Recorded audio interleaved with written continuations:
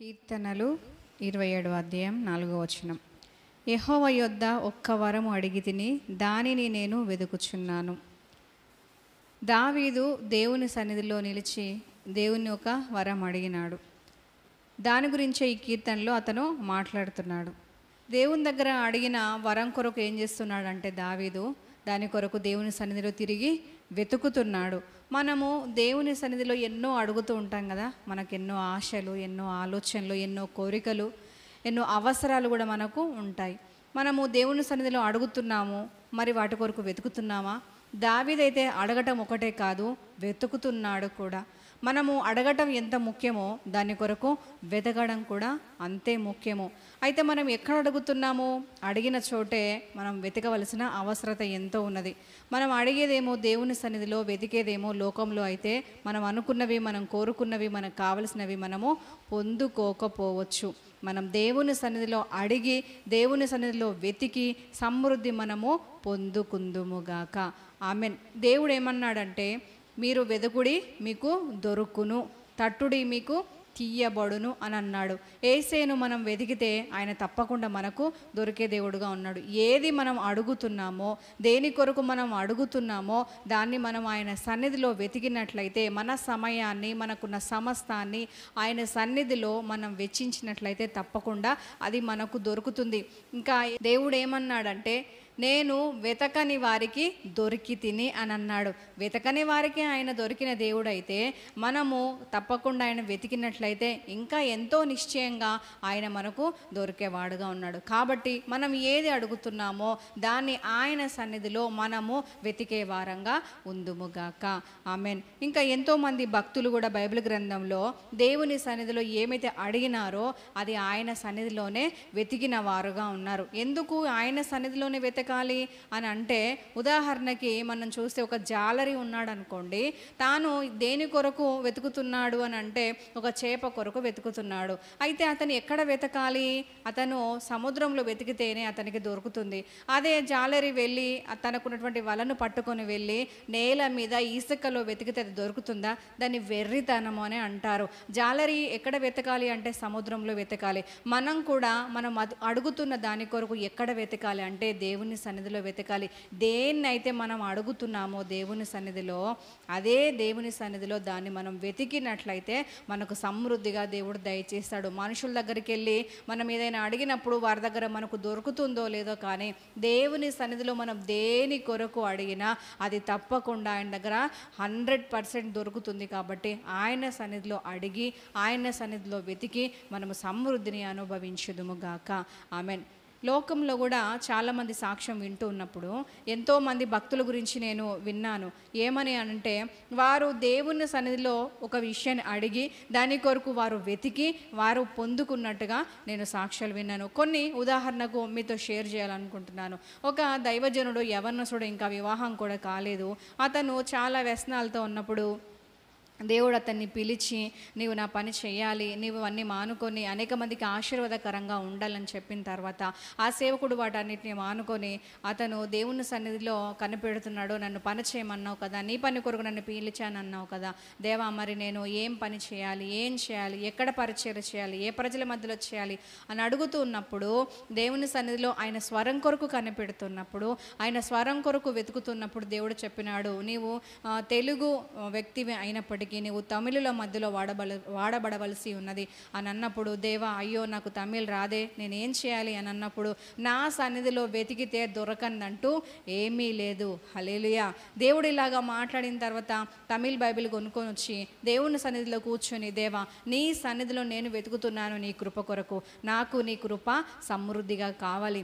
నాకు భాష రాదు, అయినప్పటికీ నీవు ఎంతోమంది నీ అపోస్తలులను, నీ ప్రవక్తలను, నీ భక్తులను వారికి రాని భాష కలిగినటువంటి ప్రజల మధ్యలోకి పంపించి అద్భుతమైన పరిచయం జరిగించావు కదా, నాకు కూడా భాషను అనుగ్రహించు, నాతో కూడా నీవు మాట్లాడు, నాకు కూడా ఆ వరము దయచే అని చెప్పేసి తమిళ్ బైబిల్ కొనుక్కొచ్చుకొని మోకాళ్ళ మీద దేవుని పాదాల చెంత అతను ప్రార్థిస్తూ ఏడుస్తూ బైబిల్ కొనుక్కొని వచ్చి చదవడం కొరకు ప్రార్థన చేయటము, చదవగలిగే జ్ఞానము, భాషను నాకు అనుగ్రహించు అని దేవుని సన్నిధిలో ఆ యొక్క సేవకుడు అడుగుతున్నప్పుడు ఏం చేస్తున్నాడు అంటే, తాను ప్రార్థన చేయటము, బైబిల్ ఓపెన్ చేసి ఏడవటము, ప్రార్థన చేయటము, బైబిల్ ఓపెన్ చేసి ఏడవటం, ఇలా చేస్తున్నప్పుడు ఒకానొక సందర్భంలో అతనికి దేవుని యొక్క అభిషేకం అనేది వచ్చింది. దేవుడు అతన్ని అభిషేకించిన తర్వాత అతని నాలుక నరము సడలి అతను ధారాళంగా తమిళ్ మాట్లాడటం ప్రారంభించినాడు. తర్వాత ఆ యొక్క బైబిల్ గ్రంథాన్ని అతను ఎంతో అద్భుతంగా తమిళ్ని చదవటం మొదలుపెట్టినాడు. హల్లెలూయా.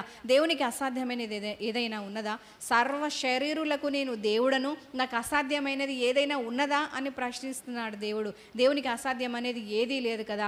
ఆ సేవకునికి దేవుడు తమిళ్ అనేది ధారాళంగా మాట్లాడటము, చదవటము నేర్పించిన తర్వాత, అభిషేకం ఇచ్చిన తర్వాత అతను వెళ్ళి తమిళ మధ్యలో ఎంతో గొప్ప పరిచయం చేస్తున్నాడు. చాలా చిన్న వయసు, కానీ ఎన్నో సంఘాలు కట్టినాడు. అతను సాక్ష్యం ఇస్తున్న విషయం ఏమిటి అంటే, దేవునికి సమస్తము సాధ్యమే, ఆయన వెతికే వారికి ఆయన దొరికే దేవుడుగా ఉన్నాడని సాక్ష్యం ఇస్తున్నాడు.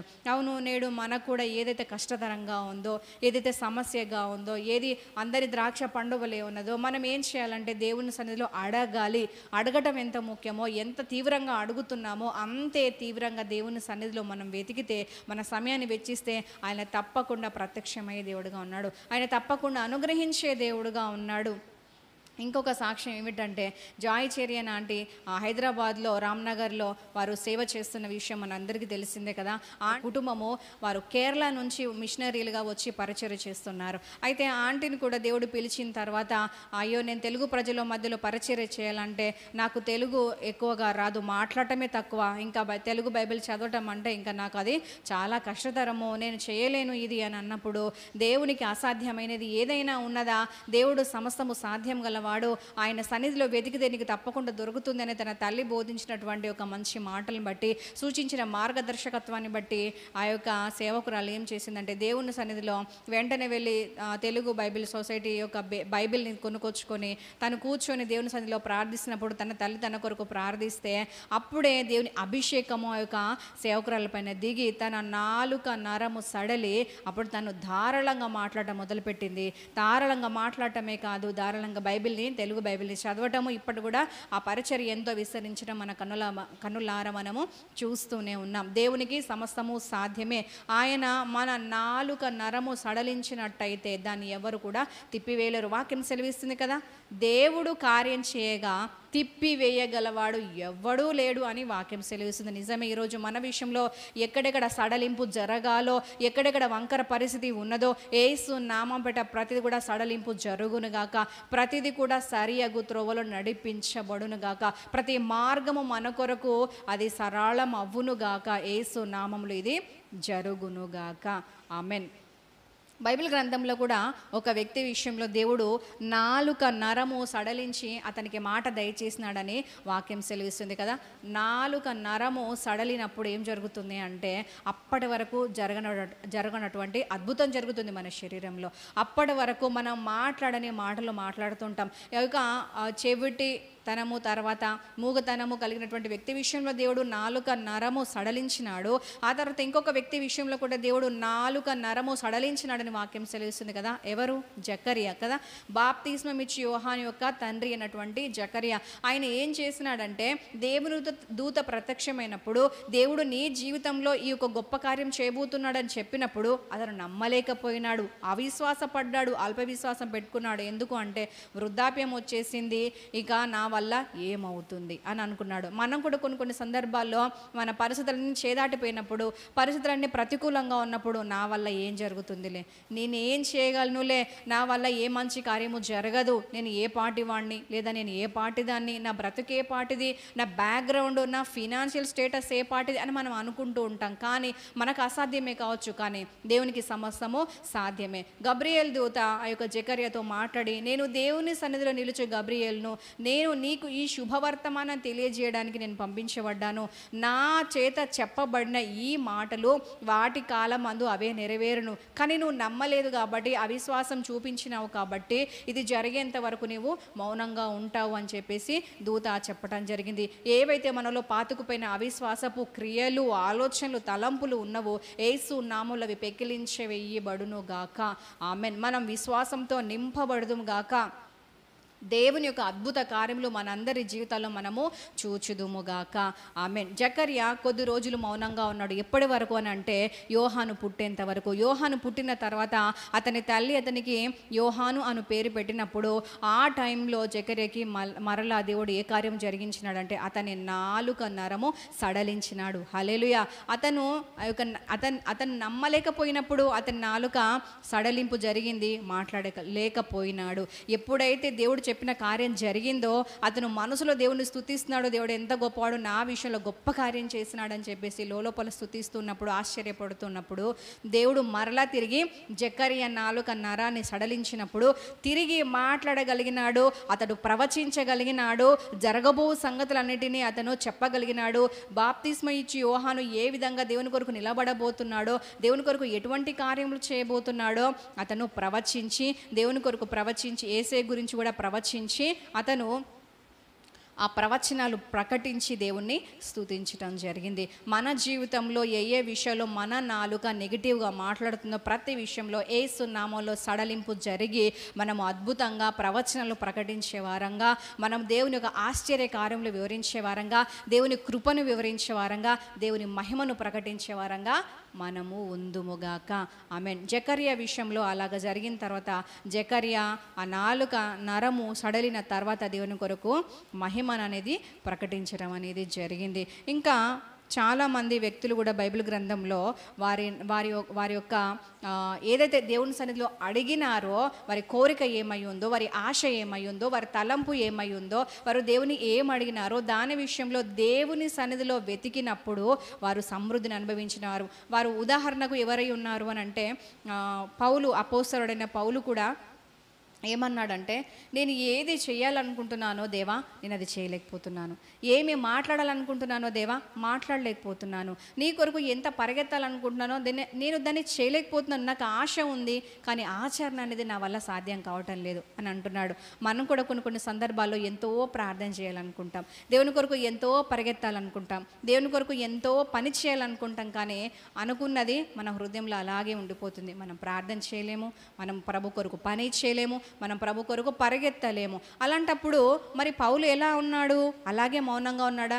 చేయాలనుకుంటున్నాను కానీ చేయలేకపోతున్నాను, నేను ఎంతో చేయాలని ఆశ ఉంది కానీ నేను చేయలేను, పోనీలే నేను మనిషిని కదా, మనిషి నైజం ఇంతేలే అని ఊరుకోలేదు. ఏం చేసినాడంటే ప్రభు సన్నిధిలో నిలిచి దాని కొరకు వెతికినాడు. నేను చెయ్యగలిగేది చేసేలా నాకు కృప కావాలి అని దేవుని సన్నిధిలో మొరపెట్టుకుంటూ ప్రార్థన చేస్తూ వెతుకుతున్నప్పుడు అతను ఒకానొక సందర్భంలో పొందుకున్నాడు.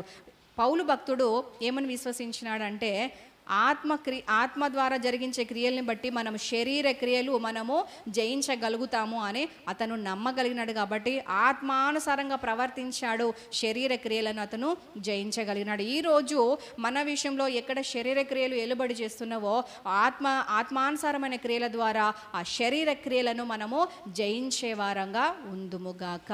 ఆమెన్. పౌలు భక్తుడు ఆత్మానుసారంగా నడుచుకోవటం మొదలుపెట్టిన తర్వాత ఆ శరీర క్రియలన్నిటిని జయించి చివరికి తాను ఇక మరణిస్తాను అని తెలిసే ముందు, ఇక మరణిస్తాను అనే ఒక సమయం వచ్చే ముందు ఏమని పలుకుతున్నాడంటే, నేను క్రీస్తును పోలి నడుచుకున్నాను, మీరు కూడా నన్ను పోలి నడుచుకోండి అన్నాడు. ఆ మాట పలకగలిగినాడు అంటే అతను ఎంతో సాధన చేసి దేవుని సన్నిధిలో ఎంతో వెతికి ఉంటాడు. ఒకప్పుడేమో చేయాలనుకున్నది చేయలేకపోతున్నాను అన్నాడు, ఇక చనిపోయే ముందేమో నా పరుగు నేను కడముట్టించాను అన్నాడు. అంటే మధ్యలో ఎంత సాధన చేసి ఉండాలి, తను అడిగిన దాని కొరకు దేవుని సన్నిధిలో ఎంతగా వెతికి ఉండాలి మనము ఆలోచించాలి.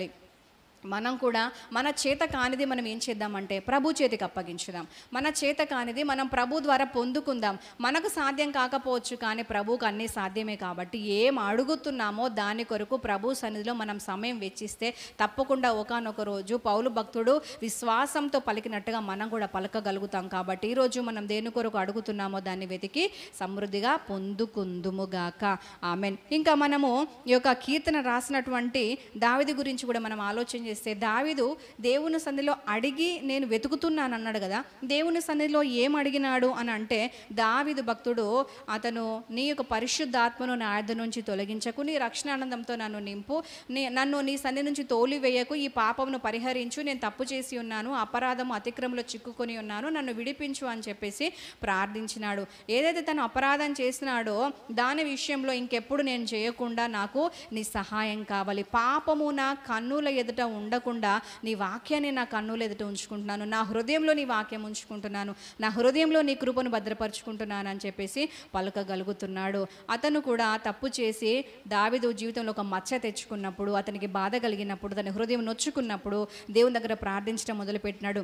ఇంకెప్పుడు తిరిగి ఈ పాపం నేను రిపీట్ చేయకుండా నాకు నీ సహాయం కావాలి అని ప్రార్థించాడు. ప్రార్థించడం మాత్రమే కాదు, అడగటం మాత్రమే కాదు, దేవుని సన్నిధిలో అతను వెతకడం అనేది మొదలుపెట్టినాడు. అలా వెతుకుతూ ఉన్నాడు కాబట్టి దేవుడు సమృద్ధి కృప అతనికి అనుగ్రహించి ఒకానొక సందర్భంలో తన వృద్ధాప్యంలో స్త్రీని మరలా పరాయి స్త్రీని ముట్టుకునే సందర్భం అవకాశం ఎదురుగా వచ్చినప్పుడు దాన్ని ఎలా జయించగలిగినాడు అని అంటే, దేవుని కృప చేత అతను నింపబడినాడు. కాబట్టి అతను ఏదైతే అడిగినాడో దేవుని సన్నిధిలో దాన్ని సమృద్ధిగా పొందుకొని ఇక మరలా తిరిగి పాపం చేయకుండా అతను నిలబడగలిగినాడు. హల్లెలూయా. మన జీవితంలో ఏ పాపం మన మీద ఏలుబడి చేస్తుందో ప్రభు సన్నిధిలో గడిపి ప్రభు చేత కృప పొందుకొని ఆ పాపమును మనము జయించే వారంగా ఉందుముగాక.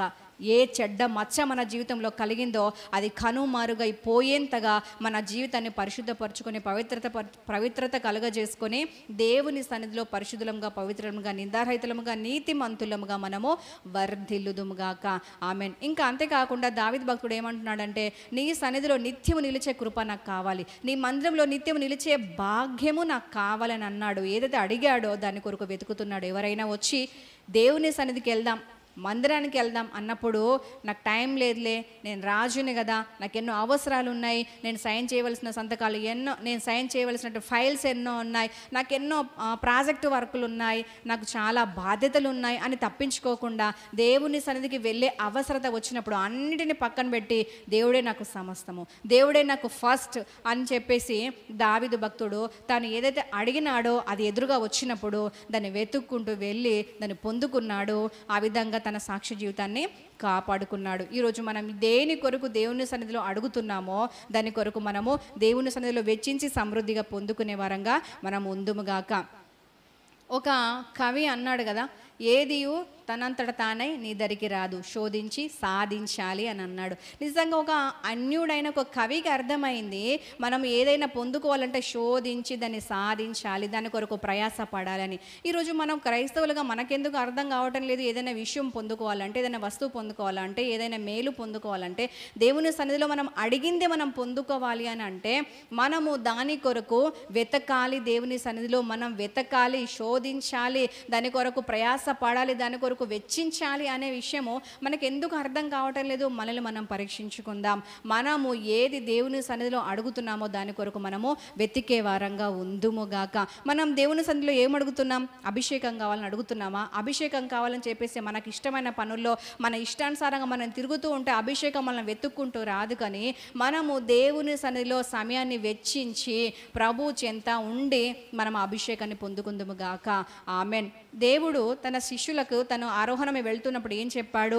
మీరు ఒక చోట కూర్చొని ప్రతిదినము మానక ప్రార్థన చేస్తూ స్తుతి చెల్లిస్తూ దేవుని సన్నిధిలో గడపాలి అని చెప్పినాడు. మీరు మీ ఇష్టం వచ్చినట్టు మీ వ్యాపారాలు మరలా తిరిగి ప్రారంభించుకోండి, మీ పనులు మీరు చేసుకోండి, అభిషేకం వెంటబడి వస్తుందని అన్నాడా? అనలేదు. దేవుడు తన సన్నిధిలో క్రమమైన భక్తిని చేస్తున్నప్పుడు మీ మీదికి అభిషేకం దిగి వస్తుందని చెప్పినాడు. అలాగే మనం కూడా అభిషేకం కోసం అడుగుతున్నామా? ఆయన సన్నిధిలో మనం వెచ్చించి అద్భుతమైన అభిషేకాన్ని, సమృద్ధైన అభిషేకాన్ని మనము పొందుకునే వారంగా ఉందుముగాక. శిష్యులు అలాగా దేవుని సన్నిధిలో కనిపెడుతున్నప్పుడు ఎంత అద్భుతమైన అభిషేకము ప్రతి ఒక్కరి మీదకి వచ్చింది కదా. ఎవరెవరైతే దేవుని సన్నిధిలో వెచ్చించారో, అడిగిన దాని కొరకు ఎవరు వెతికారో వారందరికీ సమృద్ధి అయిన అభిషేకం ఆ రోజు కుమ్మరించబడినట్టుగా వాక్యం సెలవిస్తుంది. కాబట్టి మనకు ఒకవేళ అభిషేకం కావాలైతే మనం దేవుని సన్నిధిలో అడిగిన దాని కొరకు మనం వెతికి సమృద్ధిగా పొందుకుందుము గాక. ఆమెన్. మనము ఒకవేళ జ్ఞానం కావాలని మనం కోరుకున్నట్లయితే ఆ జ్ఞానం కొరకు దేవుని సన్నిధిలో అడిగే వారంగా వారంగా, వెతికే వారంగా మనము ఉందుముగాక. జ్ఞానం అనేది నిజంగా లోకంలో మనం చూస్తే జ్ఞానం అనేది కొన్ని బుక్స్ చదవటం ద్వారా వస్తుంది. తర్వాత కొంతమంది పండితుల దగ్గర మనం శిష్యరికంలో చేరినప్పుడు వస్తుంది. అనేక రకాలుగా జ్ఞానం ఈ లోకంలో మనకు కనిపిస్తుంది. కానీ నిజమైన జ్ఞానం ఏమిటి అని అంటే నరకం నుంచి మనం తప్పించబడటమే నిజమైన జ్ఞానం. జ్ఞానము అని అంటే నరకం నుంచి తప్పించబడడానికి మార్గం ఏమిటి అని కనుగొనగలగటమే నిజమైన జ్ఞానం అయి ఉన్నది. ఆ జ్ఞానం మనకు కావాలి. ఈ లోకంలో మనం బ్రతకడానికి మనకు శత్రువు చేతి నుంచి తప్పించుకోవడానికి, కీడు నుండి తప్పించుకోవడానికి, కుటుంబాన్ని కట్టుకోవడానికి, అనేక ఆత్మల్ని ప్రభు కొరకు సంపాదించడానికి అనేక విధములైన జ్ఞానము మనకు ఎక్కడ దొరుకుతుంది అని అంటే ప్రభు పాదాల చెంత మాత్రమే మనకు దొరుకుతుంది. కాబట్టి జ్ఞానం కొరకు మనం అడుగుతున్నామా? గంటల తరబడి బైబిల్ పట్టుకొని దేవుని సన్నిధిలో చదువుతూ ఉన్నట్లయితే మనకు జ్ఞానం అనుగ్రహించబడుతుంది. దేవుని సన్నిధిలో మనం కూర్చొని భయభక్తులు కలిగి ఆయన్ని సేవిస్తే మనకు జ్ఞానం లభిస్తుంది. వాక్యం ఏం సెలవిస్తుంది అంటే యెహోవా యందలి భయము భక్తి కలిగి ఉండటమే జ్ఞానానికి మూలమని వాక్యం సెలవిస్తుంది. ఇప్పుడు అట్లా అంటే మనం బుక్స్ చదివితేనే మనకు జ్ఞానం వస్తుంది అని అంటే మనము ఇప్పుడు యోసేపుని చూసినట్లయితే అతనికి ఎటువంటి జ్ఞానం ఉందని అన్యరాజు చెప్పినాడు అని అంటే పరిశుద్ధ దేవతల ఆత్మ కలిగి ఉన్నాడు, పరిశుద్ధ దేవతల జ్ఞానం కలిగి ఉన్నాడని చెప్పేసి దానియేలు గురించి అలాగే చెప్పబడింది, యోసేపు గురించి కూడా అలాగే చెప్పబడింది. అంటే వారు ఆ బుక్స్ చదవటం వల్ల వచ్చినటువంటి జ్ఞానం కాదు, అలాగని చదవకూడదని కాదు.